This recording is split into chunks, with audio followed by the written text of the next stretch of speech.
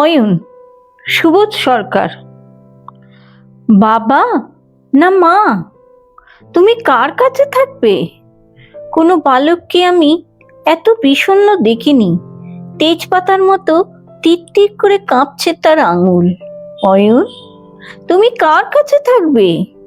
প্রথম যেদিন স্কুলে গিয়েছিল, এপাশে ডুডাই মানে বাবা, ওপাশে মাসাই মানে মা, পেছন পেছন দাদু। দাদু ঘাড়ে চাপিয়ে ঘুরে বেড়াতো আর বকা খেত দিদার কাছে, ছেলেটা পড়ে যাবে। প্রধান বিচারপতি গলার স্বর নামিয়ে বললেন, অয়ন, তুমি কোথায় থাকবে? হাতিবাগান না গড়িয়াহাট? প্রথম যেদিন তাদের বাড়ি পুলিশ এলো, প্রথম যেদিন রাত্রে বাড়ি ফিরল না মা, প্রথম যেদিন বাবা তাকে থাপ্পড় মারল, পরক্ষণে বুকে জড়িয়ে বলল সরি। প্রথম যেদিন আমি আদালতে এলাম, দাদু কোথায়, দাদু কোথায়, দাদু?